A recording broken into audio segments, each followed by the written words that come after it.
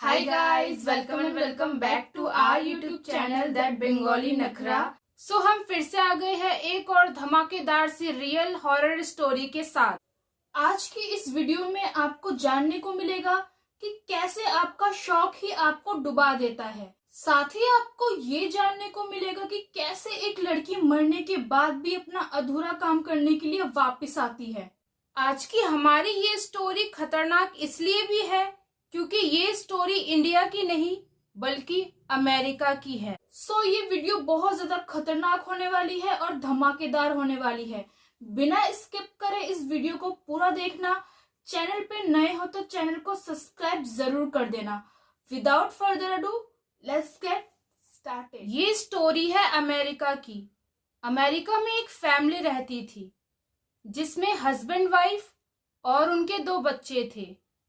लड़की का नाम था सूजी जो कि 18 इयर्स की थी और लड़के का नाम था एंड्रयू जो कि 13 इयर्स का था। सूजी और एंड्रयू दोनों ही स्कूल में पढ़ते थे।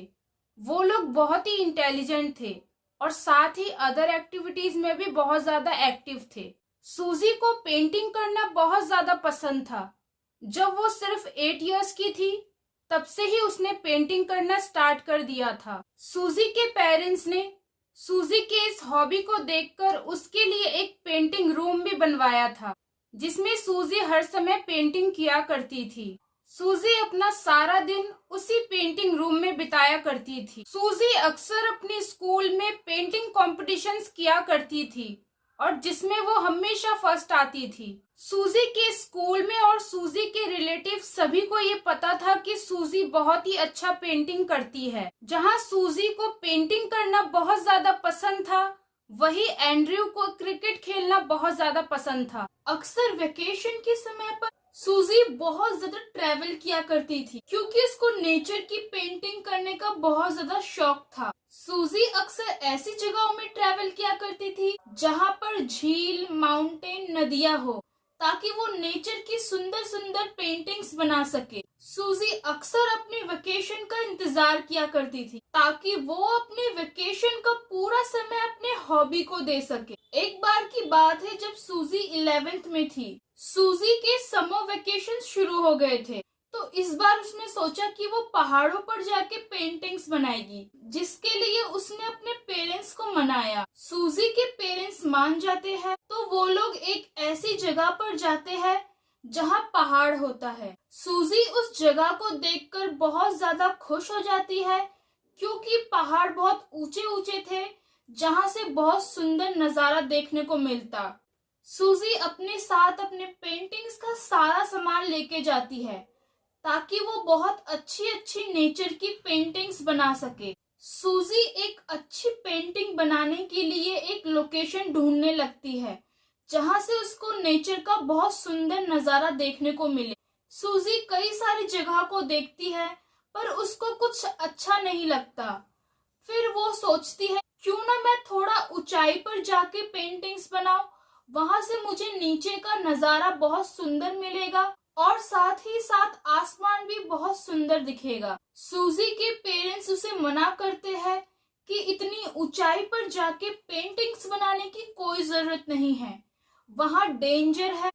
सूजी बोलती है कि नहीं, इतनी दूर आए हैं तो मैं एक अच्छी पेंटिंग बनाकर ही जाऊंगी। सूजी अपने पेरेंट्स को बोलती है कि आप चिंता मत करो, मैं बहुत ध्यान से पेंटिंग बनाऊंगी और थोड़ी देर में वापस नीचे आ जाऊंगी। सूजी के पेरेंट्स बोलते हैं कि हम भी तेरे साथ ऊपर चलते हैं तो सूजी उन्हें मना कर देती है। वो कहती है कि आपको वहां आने की कोई जरूरत नहीं है, मैं ज्यादा समय नहीं लगाऊंगी। सूजी यह भी बोलती है कि आप लोग वहां पे होंगे तो मैं ढंग से कंसंट्रेट नहीं कर पाऊंगी। यह बोलकर सूजी के पेरेंट्स नीचे माउंटेन पे रहते हैं और सूजी थोड़ा और ऊंचाई पर चली जाती है।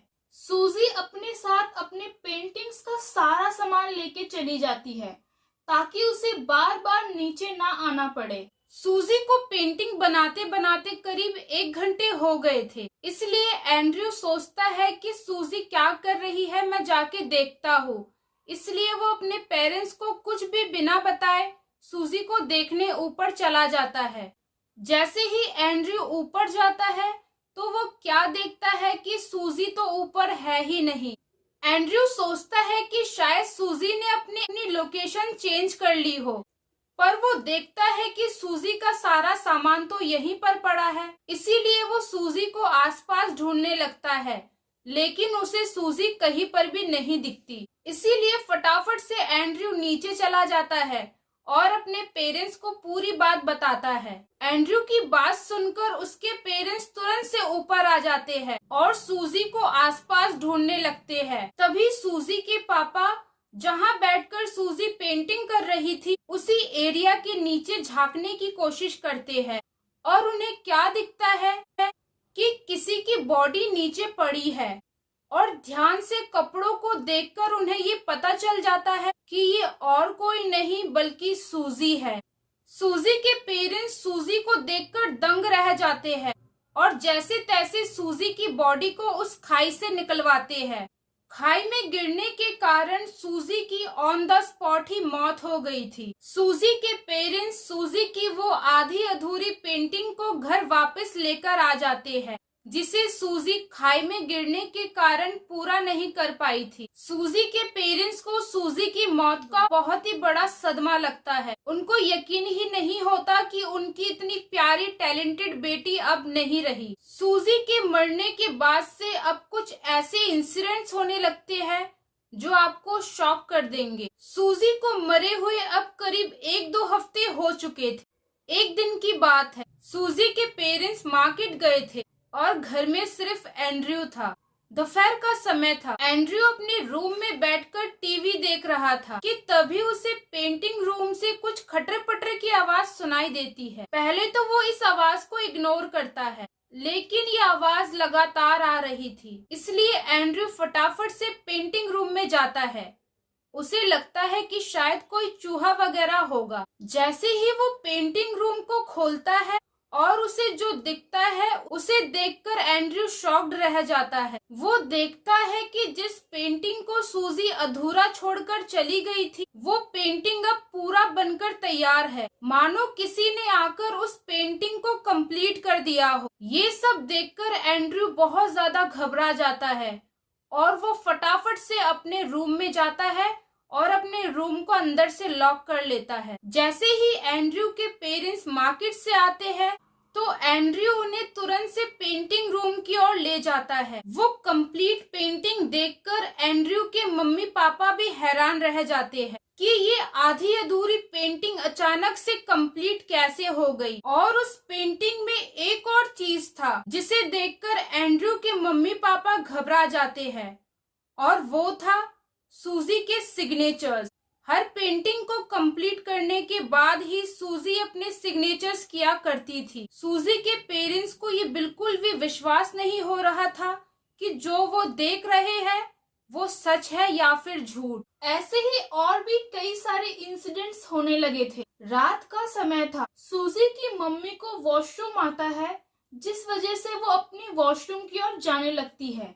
जैसे ही वो वॉशरूम की ओर जाने लगती है उनको पेंटिंग रूम का लाइट ऑन दिखता है। वो सोचती है कि काफी समय से तो इस रूम का लाइट बंद है, कोई भी हम में से आता जाता नहीं है, फिर ये लाइट किसने ऑन कर दिया। पेंटिंग रूम के अंदर जाने से पहले वो खिड़की से अंदर की ओर झांकती हैं। खिड़की से वो कुछ ऐसा नजारा देखती है जिसे देखकर वो अपने ही जगह पर बेहोश हो जाती है। सुबह जब घर के सारे लोग उठते हैं तो वो क्या देखते हैं कि सूजी की मम्मी पेंटिंग रूम के बाहर बेहोश पड़ी है और थोड़ी देर बाद सूजी की मम्मी होश में आ जाती है। होश में आने के बाद सूजी की मम्मी घर वालों को कुछ ऐसा बताती है जिसे सुनकर घर के सारे लोग चौंक जाते हैं। सूजी की मम्मी बताती है कि रात को जब मैं वॉशरूम के लिए उठी तो मुझे पेंटिंग रूम का लाइट ऑन दिखा। खिड़की के बाहर से झांकने पर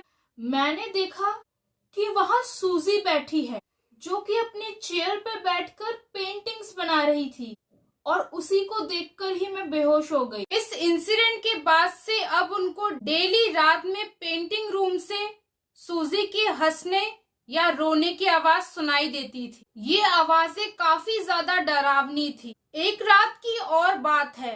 एंड्रयू अपने रूम में आराम से सो रहा था कि तभी उसे कुछ आवाजें सुनाई देती है, जिस वजह से उसकी आंखें खुल जाती है। जैसे ही वो अपनी आंखें खोलता है तो उसे अपने ठीक सामने एसी पर उसकी बड़ी बहन सूजी बैठी नजर आती है, जो कि बैठे बैठे उसको घूर रही थी और उसे अपने पास बुला रही थी। सूजी का इतना डरावना चेहरा देखने के बाद एंड्रयू जोर जोर से चिल्लाने लगता है। एंड्रयू की आवाज सुनकर जैसे ही सूजी के पेरेंट्स उसके रूम में आते हैं तो सूजी वहां से गायब हो जाती है। इस इंसिडेंट के बाद से सूजी के पेरेंट्स ने ये सोच लिया कि अब तो कुछ ना कुछ जरूर करना पड़ेगा, क्योंकि समस्या बहुत ही ज्यादा बड़ी और खतरनाक थी। इसीलिए सूजी की मम्मी ने अपनी मम्मी को कॉल करके अपने घर पे बुला लिया। सूजी की मम्मी अपने साथ एक पैरानॉर्मल एक्सपर्ट को लेकर आई थी। वो पैरानॉर्मल एक्सपर्ट सूजी के घर को पूरी अच्छी तरीके से देखता है